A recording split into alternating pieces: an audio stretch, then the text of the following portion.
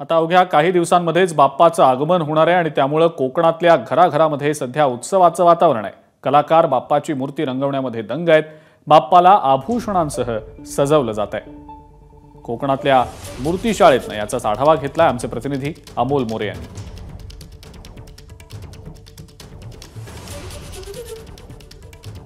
गौरी गणपती कोकणातल्या सर्वात मोठ्या आणि कोकणी माणसाच्या आपुलकीचा जवळचा असलेला हा सण आणि आता जर आपण बघितलं तर घराघरांमध्ये तुम्हाला या गौरी गणपतीचा उत्साह, बाप्पाच्या आगमनाची तयारी दिसते। मी आत्ता एका मूर्तीशाळेमध्ये आहे। अनेक वर्षांपासून या मूर्तीशाळेमध्ये बाप्पा तयार करणं, त्यांचं रंगकाम करणं ही कामं केली जात आहेत। म्हणजे आत्ता अगदी ही कामं अंतिम टप्प्यात आलेली आहेत। सध्या आता लोकांचा पीओपीच्या मूर्ती जास्त वापरतात आणि त्याची मागणी असते आणि तरुणाईमध्ये सुद्धा पीओपीची क्रेज आहे।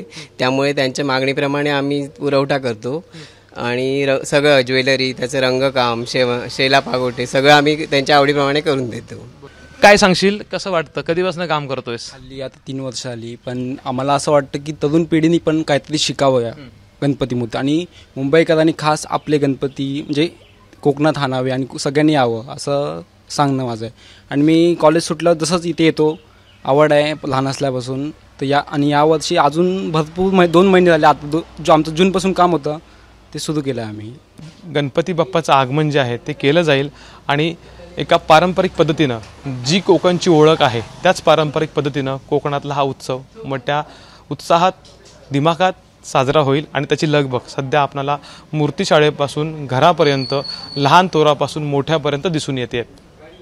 कॅमेरामन महबूब शेखसह अमोल मोरे, एबीपी माझा, देवगड, सिंधुदुर्ग। एबीपी माझा, उघडा डोळे बघा नीट।